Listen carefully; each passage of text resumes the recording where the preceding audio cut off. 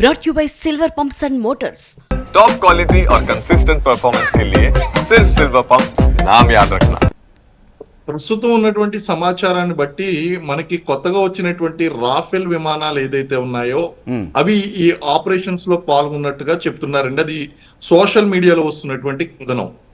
So Rafale విమానాలు ఎంత precision target striking ఉంటుంది అంటే, మీరు ఎంతమంది సివిలియన్ ఎస్టాబ్లిష్మెంట్ లో కూడా ఒక ఉగ్రవాద టార్గెట్ కనుక ఉన్నట్లయితే ప్రెసిషన్ గా దాని మీదే, అంటే గ్రిడ్ రిఫరెన్స్ కూడా చాలా కరెక్ట్ గా తీసుకుని ఎక్కడ దాడి చేయాలో అక్కడ మాత్రమే దాడి చేయగలిగినటువంటి టెక్నాలజీ భారత్ దగ్గర ఉందండి ఈ రోజు.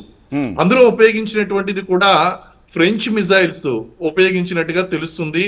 ఇవన్నీ కూడా మనకి ప్రపంచ దేశాలు అవసరమైతే వాళ్ళ యొక్క టెక్నాలజీ మనకి ఇవ్వగలదు.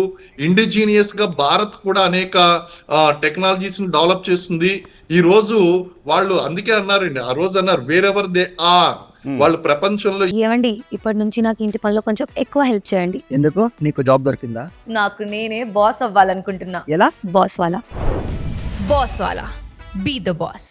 ఏ కలుగులో దాక్కున్నా, ఏ మూలన దాక్కున్నా సరే ఖచ్చితంగా వాళ్ళని వెతికి పట్టుకుంటాం, వాళ్ళ మీద దాడి చేస్తామని చెప్పడం జరిగింది. అంటే మన దగ్గర ఉన్నటువంటి టెక్నాలజీ ఏ విధంగా ఉంది అంటే, ఆ 8 ఫిగర్ గ్రిడ్ రిఫరెన్స్ మాత్రమే కాకుండా ఆ లొకేషన్ లో ప్రిసైజ్ గా ఏ బిల్డింగ్ మీద మనం దాడి చేయాలో ఆ బిల్డింగ్ మీద దాడి చేసేటువంటి కేపబిలిటీ ఈ రోజు మన ఇండియన్ ఎయిర్ ఫోర్స్ కు ఉన్నదండి.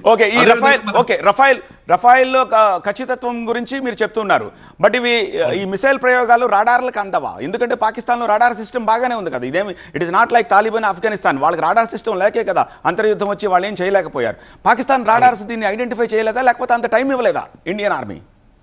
అంటే గతంలో కూడా మన డిస్కషన్స్ లో వేరియస్ టైమ్స్ లో మనం డిస్కస్ చేసుకున్నామండి. యుద్ధం అనేటువంటిది ఆల్రెడీ స్టార్ట్ అయిపోయింది. అంటే వార్ ప్రిపరేషన్ లో భాగంగా technological warfare, information warfare, psychological warfare ఇవన్నీ ఆల్రెడీ స్టార్ట్ అయిపోయినాయి చెప్పాం. సో బార్డర్ లో మనం ఏం చేసామంటే కొన్ని జామర్స్ అనేటువంటి ఏర్పాటు చేయడం జరిగింది. ఈవెన్ వాళ్ళ యొక్క పాకిస్తానీ రాడర్స్ ను కూడా ఛేదించుకుని వెళ్ళేటువంటి టెక్నాలజీ మన దగ్గర ఉందండి. ఈ రాఫెల్ విమానంలో కూడా అది ఉంది. అదే విధంగా ఈ మిజైల్స్ లో కూడా వాటిని జామర్స్ అనేటువంటివి ఏర్పాటు చేసుకుని వాటి యొక్క రాడార్ సిస్టమ్ కి అందకుండా మనం చేసినటువంటి ప్రిసైజ్డ్ సక్సెస్ఫుల్ ఆపరేషన్ అని మనం చెప్పొచ్చు. ఇది కేవలం ట్రైలర్ మాత్రమే. మనం ఎక్కడో మూలన ఉన్నటువంటి అంతమంది వాళ్ళ కారణం ఏంటి అంటే, చుట్టూ సివిలియన్ ఎస్టాబ్లిష్మెంట్స్ ని ఏర్పాటు చేసుకుని అక్కడ ఉగ్రవాది క్యాంప్ నడపడం యొక్క ఉద్దేశం ఏంటి అంటే, రేపొద్దున ఇలాంటి పరిస్థితి వస్తే అక్కడ సివిలియన్ ఇల్లు అనేటువంటివి ఎక్కువగా ఉన్నాయి కాబట్టి భారత్ దాడి చెయ్యదు అనేటువంటి ఉద్దేశంతో ఈ సివిలియన్స్ ని వాళ్ళు గార్డ్ గా ఉపయోగించుకున్నారండి.